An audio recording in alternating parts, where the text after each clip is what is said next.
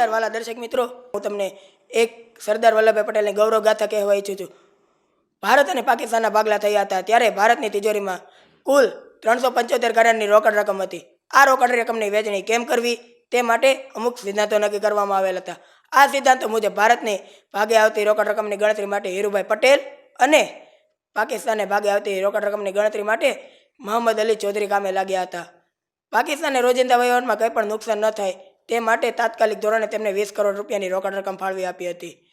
જ્યારે ભારત અને પાકિસ્તાન દ્વારા ચૂંટાયેલા પ્રતિનિધિઓએ પોતાની ગણતરી પૂરી કરી ત્યારે જાણવા મળ્યું કે ભારતે પાકિસ્તાને 55 કરોડની રોકડ રકમ આપવાની છે. આ રોકડ રકમ આપવાનો ઠરાવ પસાર કરવામાં આવવાનો હતો. ત્યારે આપણા ભારતના એક જનરલ થોરાટે સરદારને જણાવતા કહ્યું, પાકિસ્તાને આપણને જે આપવાના શસ્ત્રો હતા તે હજુ સુધી આપ્યા નથી. તેથી આપણે આ ઠરાવનો અમલ કરવો જોઈએ નહીં, કારણ કે આ શસ્ત્રો પાકિસ્તાને કાશ્મીરને લૂંટી લેવા માટે તેના ઘૂસણખોરીઓને આપી દીધા છે. બીજા દિવસે પાકિસ્તાને 55 કરોડની રોકડ રકમ આપવાની છે તેનો ઠરાવ પસાર કરવામાં આવવાનો હતો.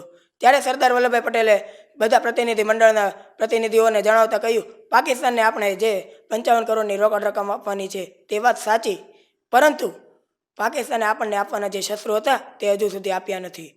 જ્યાં સુધી બીજા પ્રશ્નો પડતર હોય ત્યાં સુધી આપણે તે ઠરાવનો અમલ કરવો જોઈએ નહીં. ત્યારે બધા પ્રતિનિધિઓના મંડળના સર્વાનુમતે સરદાર વલ્લભભાઈ પટેલે આ ઠરાવને નામંજૂર કર્યો.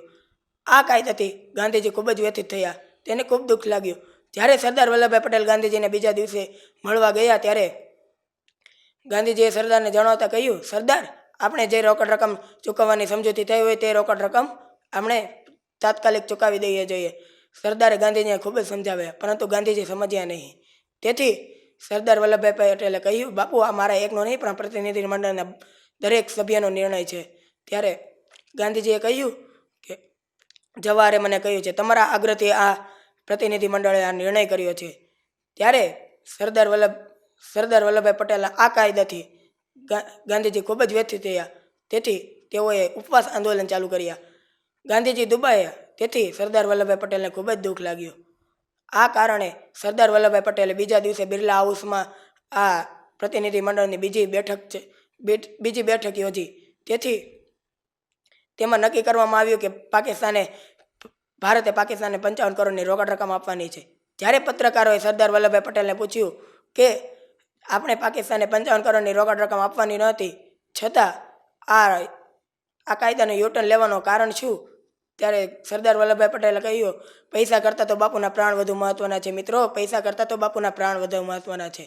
અંતે હું મિત્રો એટલું જ કહીશ, વડીલો આપણા પરિવારમાં જ્યારે વડીલો અઠાગરા લઈને બેસી જાય છે તે અટને કારણે પુત્ર પોતાના વડીલોએ કરેલા બલિદાનને કારણે તે હટને સ્વીકારી લે છે, પરંતુ સામે પક્ષે પુત્રએ કરેલા નિર્ણયને સન્માન આપીને વડીલોએ પોતાના હટને રાખવી જોઈએ. તેથી બંને પક્ષોમાં સન્માન અને આદર પ્રેમ જળવાઈ રહે છે.